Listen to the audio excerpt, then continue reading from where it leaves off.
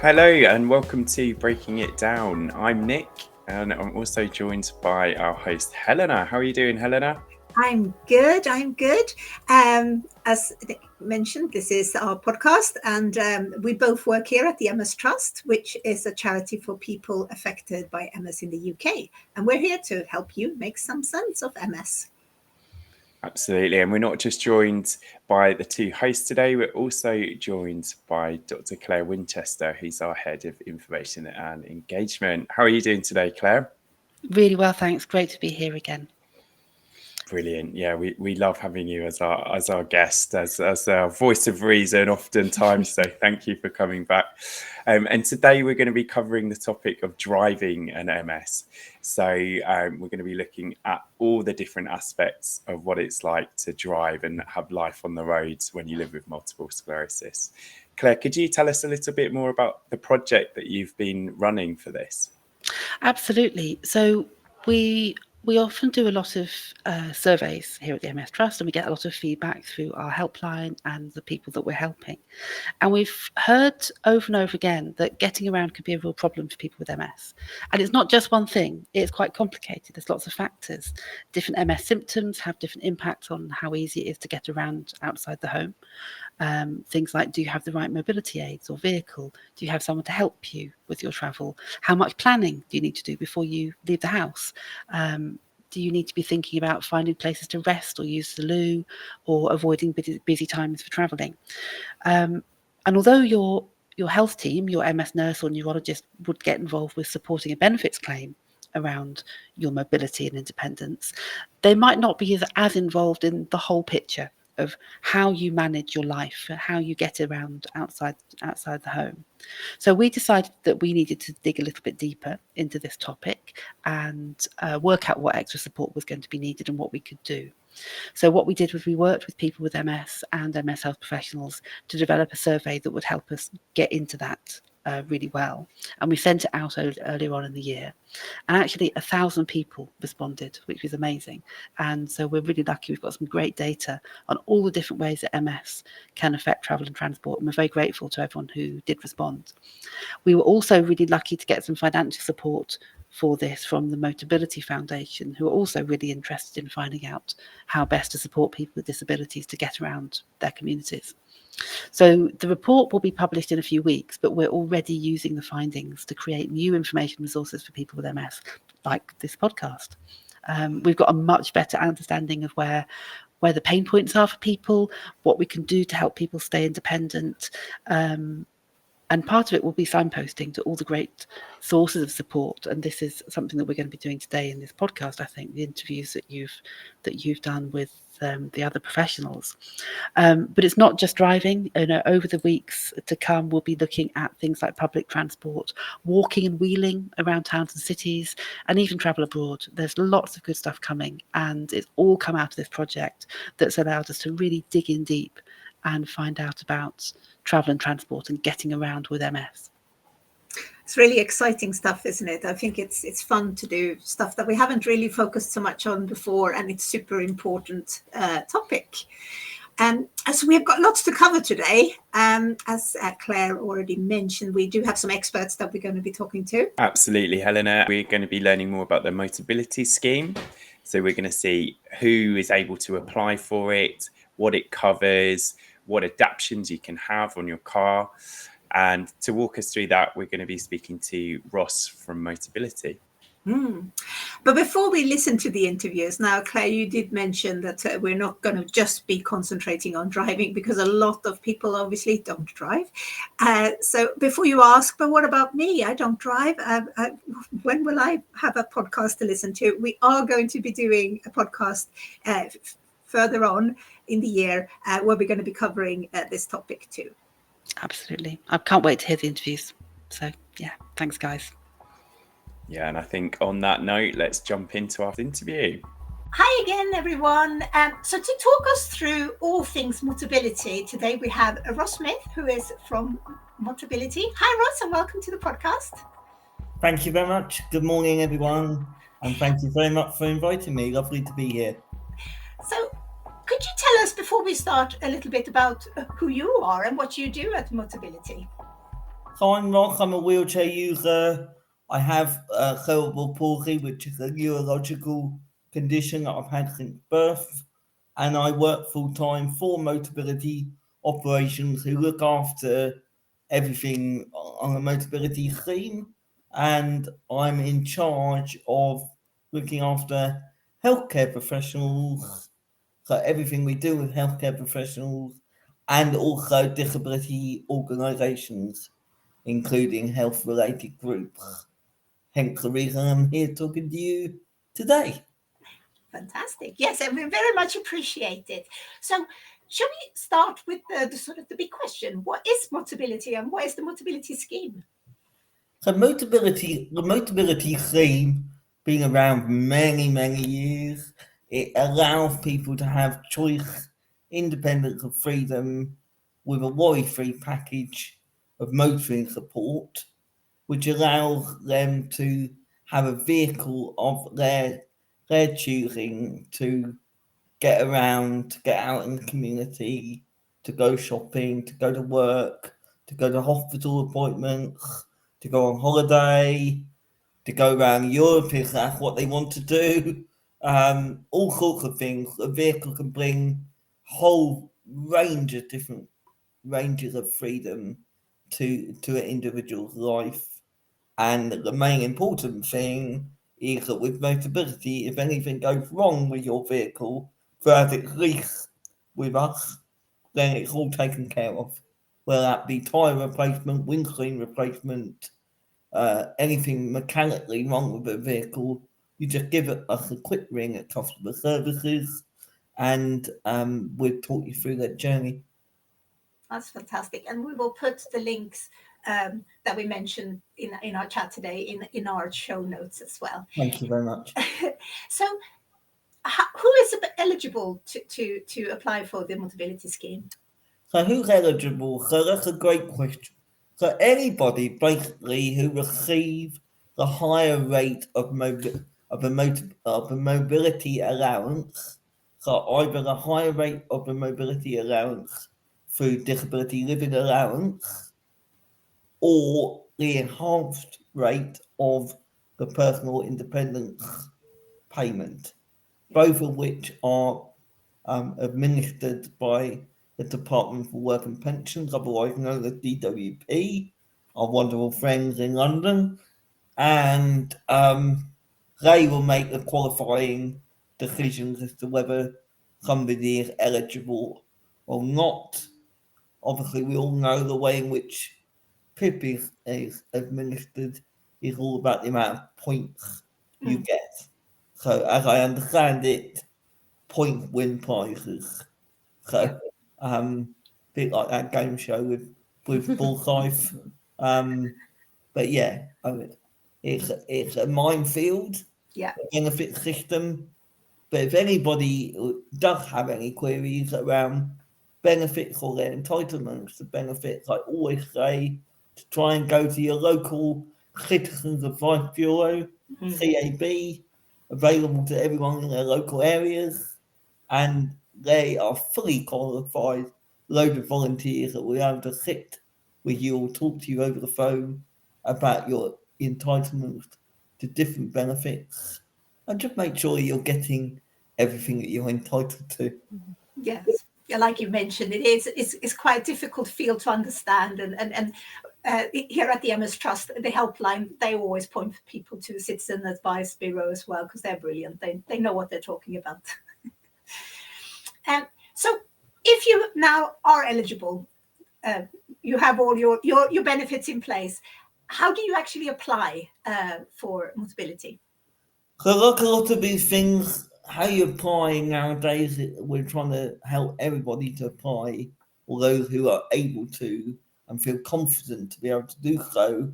We ask them to go to a website, and it talks them through how to, once they got their award letter from DWP stating the qualifying benefit name on that award letter and how long they got that for, and for some people that will be for a limited amount of time, for other people it'll be a qualifying, it'll be a lifetime award.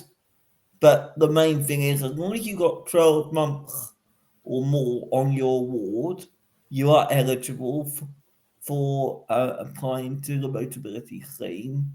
We ask people to go to our website, which is www.motability.co.uk, and then basically you can choose from there. You can go several different routes.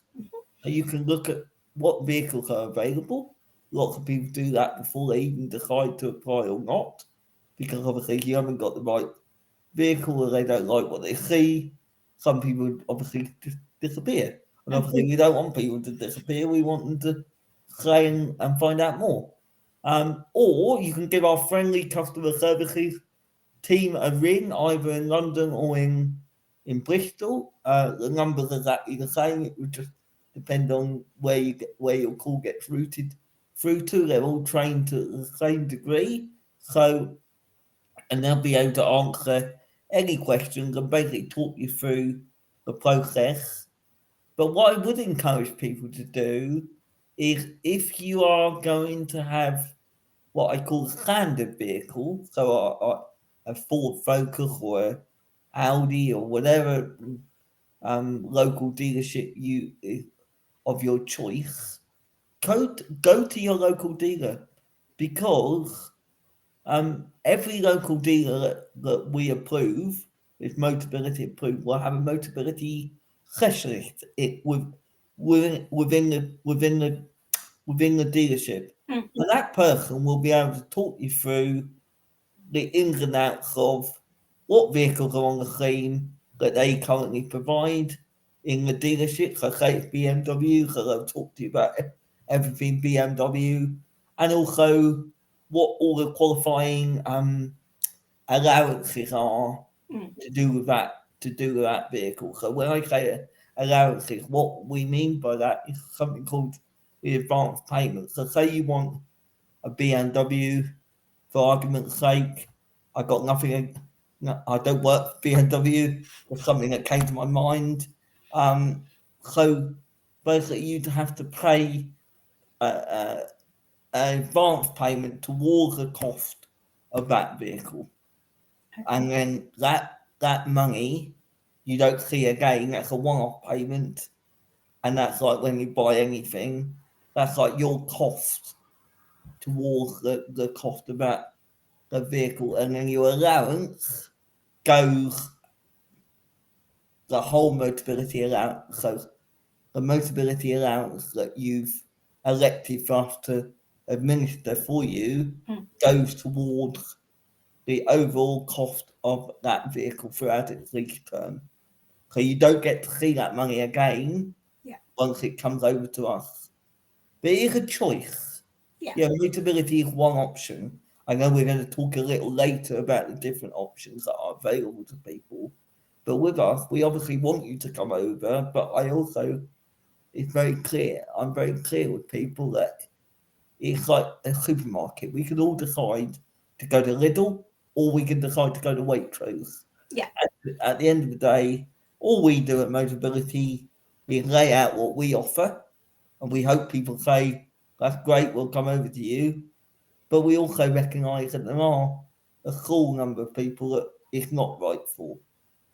That makes sense. But so if you already have like a preference, I know, for instance, my husband, he is very loyal to a certain car brand. The best way would be to then go and have a look at that dealership and then sort of see if Motability is possible for those type of cars. And probably what I should say when I talk about BMW, other brands are available. We have no preference for BMW at all. So can carers apply for someone with MS, or if you don't feel confident to apply yourself? Yeah, so once you've got the qualifying allowance that's administered by a Department for Work and Pensions, anybody can support anybody with an application. The only thing we ask is on the application form itself. I think on the last page it will say, have you had support or help to fill in this application?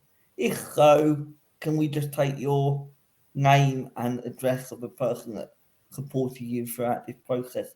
So that just allows us to then go back to that person if there's any questions that our application team might have when they put through the application, or any questions that the dealership might have when they're processing your application online. Could I ask if other people are allowed to drive your Motability car, like your partner or something? Yeah, great question. So we have our insurance provider is Direct Line. Most of you will know Direct Line. They've got a fantastic advertising campaign on the television, and we have just joined them as one of the biggest insurance takeovers. We used to be with Royal & Son Alliance, and the reason we came over to Direct Line was literally that they were able to give our customers a greater level of digital independence. So those people that want to be more involved in their insurance and understand it a bit more, and be involved in changing the name drivers on the policy, they can do all of that by logging into the digital portal and managing all of that process online. In the same way, at Motability, if you are a Motability customer and you did decide to come over to us, we'd encourage you to create what we call a digital account, and then you can see when your vehicle's due for service, if there's any recalls on that vehicle, if you want to change a named driver through our Direct Line partners. So it's just a really good way for people that want to do that to see it all, and you can do it at any time, day or night. But we recognise that there is a huge number of our customers who still want to pick up the phone and talk to our wonderful colleagues in customer services. Yes. And they are open from 8 in the morning till 7 at night, Monday through Friday. So by all means, give them a ring. And to be honest, they're the best. I don't just say this because I work for them. They are the best customer service team I've ever come across. I'm very lucky when I did my training to actually sit in on a few calls and listen to some of the issues that our customers were facing, and how our customer service experience agents were able to answer and help and support our customers. And the solutions, we're all about finding solutions at Motability. So whether it's a really simple solution or whether it's something a bit more complex, we will, if you're one of our customers, we will find a way to keep you moving, whether that's through your current vehicle or whether if your vehicle's off the road, we'll provide a courtesy car through our partners like the RSC, or if you need a wheelchair accessible vehicle, we can look to either provide you with taxis, or in some cases, if your vehicle's going to be off the road for a prolonged amount of time, then we look to our partners at Proximo, who are a specialist in the market, who source wheelchair accessible vehicles whilst your vehicle is off the road. All with the aim of trying to keep you moving, keep you mobile. So if you do have hospital appointments, if you do have former commitments, then we obviously want to try where we can to keep you mobile. That's brilliant. We talked a lot about cars, but is it just for cars, Motability, or is there other things that you can actually? Great question. So we have obviously Motability is known for our vehicles, known for our automotive side of things, but we also do have what we call micro mobility products, and they are, to you and I, they are powered wheelchairs and scooters.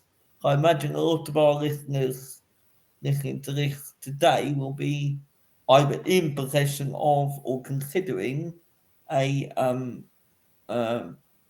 scooter or a mobility scooter, or indeed a mobility aid of some description. Yeah. We have a whole network of shops that we work with who can, on the high street, a lot of them, who are able to talk you through some of the products that are available on the scheme. And a bit like the car scheme, you have that for a certain amount of years, and then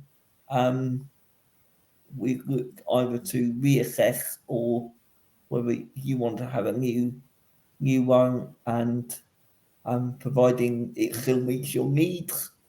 But you'd have to get involved with OT and all that type of thing, occupational therapy, which I imagine a lot of listeners will already have it allocated.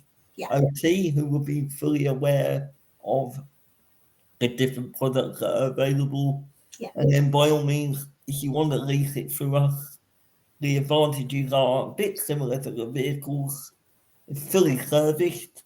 If you did break down during your time of owning one of our micromobility products, then obviously we have a duty to get you to a place of safety. So if it did break down, if your batteries did fail mid trip, then there is a breakdown service that's a bit like the RAC. We aim to get you off the road with our vehicles in 20 minutes off the M25, off a main road, off a main motorway. Similarly, with a micromobility product, we wouldn't want to see you stranded. So I think Fish Insurance provide a package whereby you give them a call, you tell them where you are, and they try and come out. Well, they don't try; they will come out and rescue you. If you wanted to go and have a little try at the different scooters or wheelchairs that are out there, can you contact your customer service to find out where there are suppliers? Two ways of doing that, of course. You can go on our website. Sound like a broken record now. You can go on our website and it lays it all out there nicely for you, where the suppliers are. Alternatively, give one of our friendly customer services team a ring, and they can either email you a list or they can talk you through that process and work out. If you give them your postcode, they can probably find out where your nearest supplier is. And some micromobility product specialists will come out and do home visits. Oh, brilliant. So we mentioned at the start that it can be a bit of a minefield to apply for PIP and some of these benefit packages. Can someone without an enhanced benefit get the vehicle through your suppliers at Motability? How does that work if you don't get PIP? So you don't get PIP, you're very welcome to go and approach anybody advertising on that's approved by Motability. Obviously, you know that they've gone through a rigorous supply chain check. So, and they all operate a private client list, and it's also a good way of finding out what's on the market.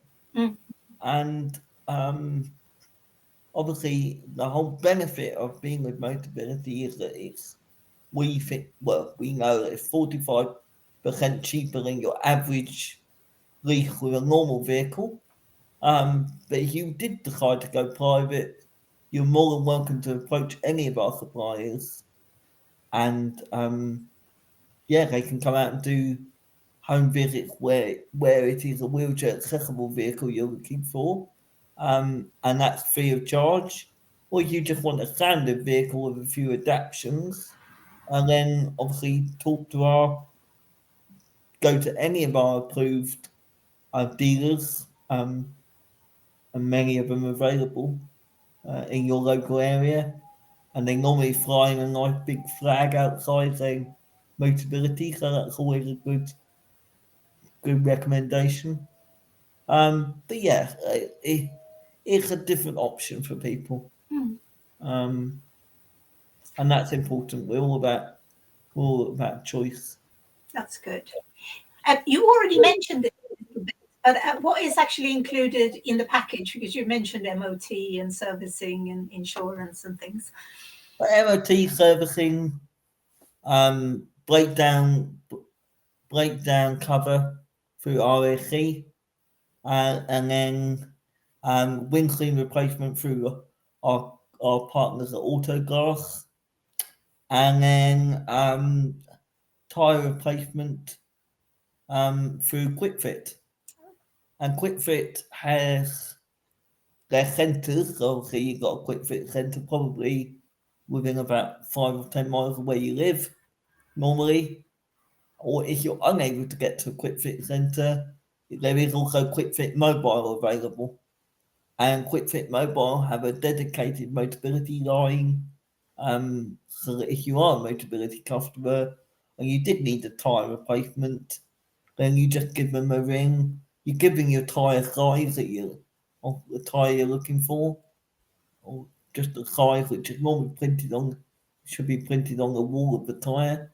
Then they can just make sure they've got the right tyre available on the vehicle when the engineer calls, and that's normally done within two days on average, either at your place of residence, so at your home, or at your place of work. So once you've sort of chosen a vehicle, or you know what you want, are there adaptations that can be made to the vehicle? Absolutely, adaptations is one of our main bread and butter things, really. Getting the right adaptation, getting the right solution for customers is our business. So our range of adaptation partners that work with us closely on the scheme can offer things like boot hoists. So if you've got a manual wheelchair and you need a bit of support with lifting that manual wheelchair into the back of your saloon vehicle, then we can put a boot hoist on the vehicle for you. We can do a roof box for you if that's more convenient, and there can be a hoist attached to that for people. If you want to put your electrical scooter or your micromobility scooter into back of the car, in the same way we can put a hoist on that can carry quite heavy loads into the back of a vehicle, so that's quite a good solution. And obviously, with regard to driving adaptations, the world is your oyster. I mean, there are a huge number of driving adaptations available for individuals. So we've obviously got our standard driving adaptations that you might see on a standard vehicle, like your instant controls on the wheel of the motor vehicle, which can include a handle to properly grip the steering wheel to help the individual to drive. Some you can have your pedals at different heights at different places. You can have buttons rather than pedals. So there's a whole multitude of different things available. I wouldn't even begin to list them all, but I mean the two main ones are your different steering adaptations, your different pedal arrangements, and also your different ranges of hoist available to help with equipment. When we talk about a drive from wheelchair accessible vehicles, that's a vehicle that, especially adapted to take a wheelchair, but allows the wheelchair user to drive from the wheelchair. So they would drive into the rear of the vehicle typically, and then drive right through to the front to the driving position, where they can dock their wheelchair into position, so they can clamp it into position, so it's secure throughout the journey, and then they'll be able to drive from their wheelchair because the driving seat is removed from the driving position, and the wheelchair user will sit where the driving seat would be. In the same way, if you want a front wheelchair passenger vehicle, in the same way as I've just described, you would also then just remove the passenger seat, and the passenger could then travel alongside their partner. So we do have quite a lot of families and people that want to be together, married couples, and people in different situations that just want to have a conversation. Now, obviously, all of that begins to cost a bit more, as you can imagine, because the upfront cost of all of that can be quite large.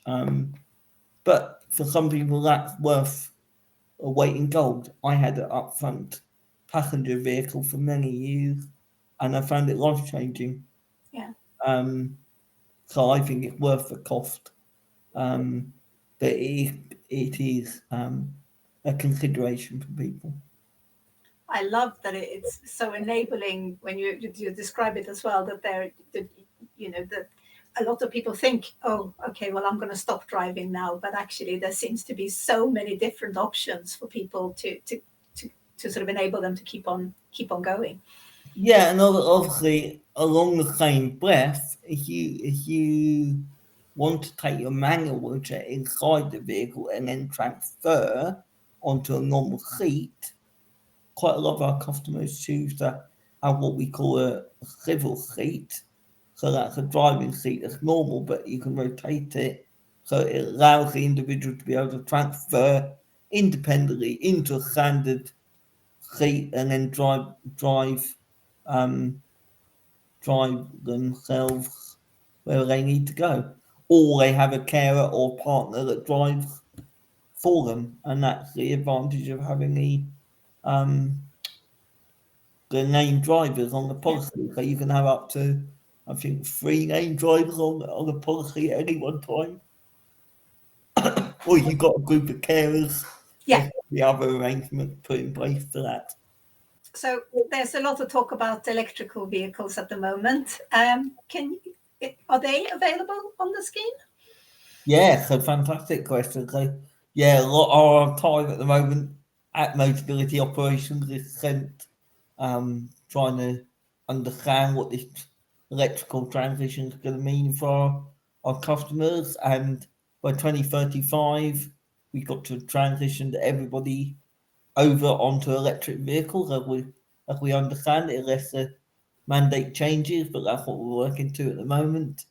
And there's lots of vehicles available on the scheme, and we do have a lot of incentives to try and help customers who want to try electric out. So the first thing to say is, if you did want to try before you buy type scenario, which we all like, we got our EV experience days, and dates of which are on the website.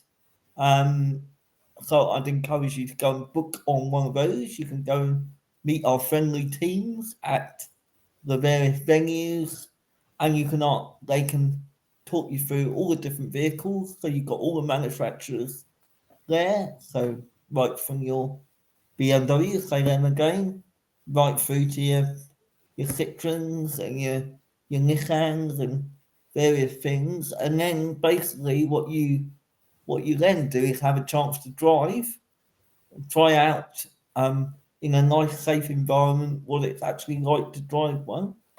And then if that all goes well and you want to continue, then you can just order one in the same way that you order any of the other vehicles that we offer. But the other advantage with an electric one is that in most cases we offer a home charging solution. So if you agree to take an electric vehicle with us, then we'd look to get you a home charge point installed. In some cases, there is just a few unusual wiring solutions in people's homes. Everybody's homes are slightly different. So we have somebody that comes out and does our partners come out and do a home assessment of your home and your driveway and where we might site the charge point. If for some reason we're unable to put a charge point in, in a very few cases. There are other solutions. So we have something that is like a charge card. So BP petrol stations are all over the UK. So we're part of a Pulse network. So BP Pulse network is all over the UK, and we'd issue you a charge card for up to a certain point. That just gets you going on your journey, but that's kind of not our preferred option. Our preferred option is obviously to get you a nice home charging solution, so you never have to worry. But obviously we are doing a lot of work in this area, and we recognise that there is a lot of questions, a lot of queries from customers, a lot of anxiety around range anxiety, that type of thing. Customer services, you're very lucky that we have an EV specialist team that are more than happy to talk to you about all your concerns with regard to EV. And obviously there is a lot online now about what we're doing with regard to electrification. And I just encourage people, if you haven't tried it before, do come along to one of our EV experience days. And at the moment they're very popular, but we've always got room for more. And they're all over the UK, and they're a great opportunity really to come and have a trial in a very unpressurized environment. That sounds brilliant. This has been really, really informative and really interesting. I've certainly learned a lot. I just want to say thank you so much for coming on and explaining Motability to us. Is there anything that you think we haven't covered that you would like to mention? I don't think so. I just encourage people to come onto our website, or if you want to give customer services a ring, they'd be very happy to help you and support you through that process. And obviously we're on social media, for those people that are into that social media realm. And customer services is your first point of call, really. Fantastic. Well, you certainly made the customer service sounds like a great team to contact. So I'm sure everybody will be on the phone now to Motability customer service after this podcast. Thank you so much, Ross. This has been brilliant. Good. Thank you very much for inviting me. Now, if this was a commercial podcast, here is where there would be an advert. But as you know, we're a charity, so we don't do adverts. So instead, this is the time where we would like to take the opportunity to tell you a little bit about our resources for people with MS. Absolutely. And a great place to start, Helena, is our website. So that's mstrust.org.uk, where you'll find lots of information for anyone who's been impacted by MS. But specifically, if you're looking for driving resources, you can head to the A to Z page on our website and find D for driving. And from there, you'll see lots of information on Motability, getting around, adaptations, and anything else that we've discussed today. As we mentioned, we don't have an advert in our podcast as we're a charity. But if you would consider leaving us a donation, we would be so grateful. With no funding from the NHS or the government, we rely solely on the generosity of our supporters. Your donations allow us to produce publications, information for people living with MS, and also to train MS nurses and MS health professionals. So we would really, really appreciate any donation that you might be able to leave. Again, you can do that on our website. If you head over to the donate page, we would be very grateful. Thanks so much. I learned an awful lot in this chat with Ross. I've obviously heard about the Motability Scheme beforehand working here, and you see the signs when you go past, shops that are selling cars and things. And I've always sort of wondered a little bit how it works. And I think this was interesting. I also always used to think it was quite complicated, but actually when he was talking me through it, it's sort of easier to understand. But I also think it's just so encouraging to hear that, people don't have to give up driving straight. Yes, of course, some people will have to maybe give up eventually, but there isn't just like, oh, you have MS now you have to stop driving. I like to see that there are so many different adaptations and things that you can do to cars to help people sort of stay on the roads for a long time. Yeah, absolutely. I think it was all about that independence, wasn't it, Helena? About promoting your independence, and actually there's support there. It might not work for everyone, as you say, but there are options. Yeah. I loved what he was saying about, that some cars you could even modify them so you could sort of, be in a wheelchair but drive in through to the car and just attach yourself to the, and then start steering and off you go. And I think, I mean, technology has come so far along. And I mean, we're talking in the future about, self-driving cars. That would be amazing as well. It's been funny doing this podcast because I don't drive myself. I took the decision to not do it because of my cognition issues. So something like a self-driving car sounds very appealing to me. But meanwhile, I do think it's really, really nice that there are adaptations for people who are already pretty good at driving, but might just need that extra bit of support. Yeah, definitely. And the other thing that I took away from it, Helena, was it's such a huge scheme, isn't it? It's not just cars, it's support with lots of different things, with mobility scooters, with different aids, with the adaptations. There are lots of options there. And I think it's probably much bigger than what I initially thought it was. So that was really interesting to find out too. Yeah, I think people who listen to this and want to investigate, go and have a look at their website. We've linked to them. And clearly Ross spoke very warmly about their customer service line. So maybe give them a call and have a chat as well to see what's out there if people, want to try it out. We love hearing about people who've done adaptations to cars. We've had some people talk about it before. We did have somebody on our Facebook group, and I just have to mention this one because I thought it was so cool. He used to be in the army and he had adaptations done to his car. And then he was like, oh, well, could you do adaptations to make me be able to drive a tank? So he had hand controls on a tank and he took part in one of these like parades. I just think it's so cool. Yeah, incredible. And it's the type of thing, isn't it, that unless you sort of hear about it from someone else, you'd have no idea that could happen, Yeah.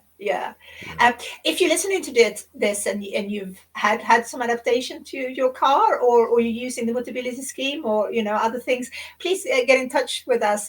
You might want to share a story or just tag us in a photo. We'd love to see some of these adaptations that's been done out there. It would be very interesting to see. I guess what we should say now, because now we've spent this whole podcast talking about the Motability Scheme, and there are other things to cover with driving as well, isn't there? So this is actually a two-parter, and the next episode will be out in next week already. In this one, we will be learning about MS and driving assessment, which we know that there's a lot of people that worry about. So we're going to learn about what they're about, how they come about, and what you do in them. Yeah, Helen, I'm really looking forward to the next podcast too. So I think hopefully these podcasts will help sort of dispel some of those myths about driving assessments and the adaptations and Motability as being these scary things where people are trying to take away your independence.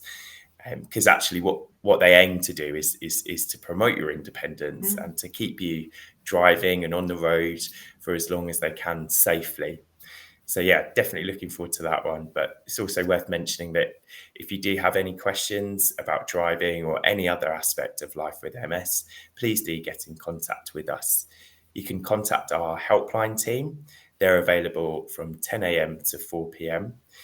And that's Monday to Friday, apart from UK bank holidays. Outside of those hours, you can, of course, call us and leave us a message, and we'll get back to you as soon as you can. The number is 0800 032 039039. If you'd rather email us, that's absolutely fine. You can email the helpline team as well at ask@mstrust.org.uk, and we will of course link to the helpline page in the show notes too. And if you don't like emailing or calling, we are also on social media. So come and be social with us on there. We are on Facebook, YouTube, X, TikTok, and Instagram. And you can find this podcast where you would normally find podcasts such as Apple Podcasts and Spotify and YouTube Music. This podcast you can also find on YouTube as a video if you would rather watch it rather than just listening to it. And as I mentioned before, if you have a story to tell us about driving in MS, or maybe want to show us some pictures of adapted cars or whatnot, or adapted tanks, I don't know, please do get in touch with us. You either on social media, or you can also email comms@mstrust.org.uk. And only 1 week to the next episode now this time, Nick. That's nice. Yeah, absolutely. Looking forward to it, Helena.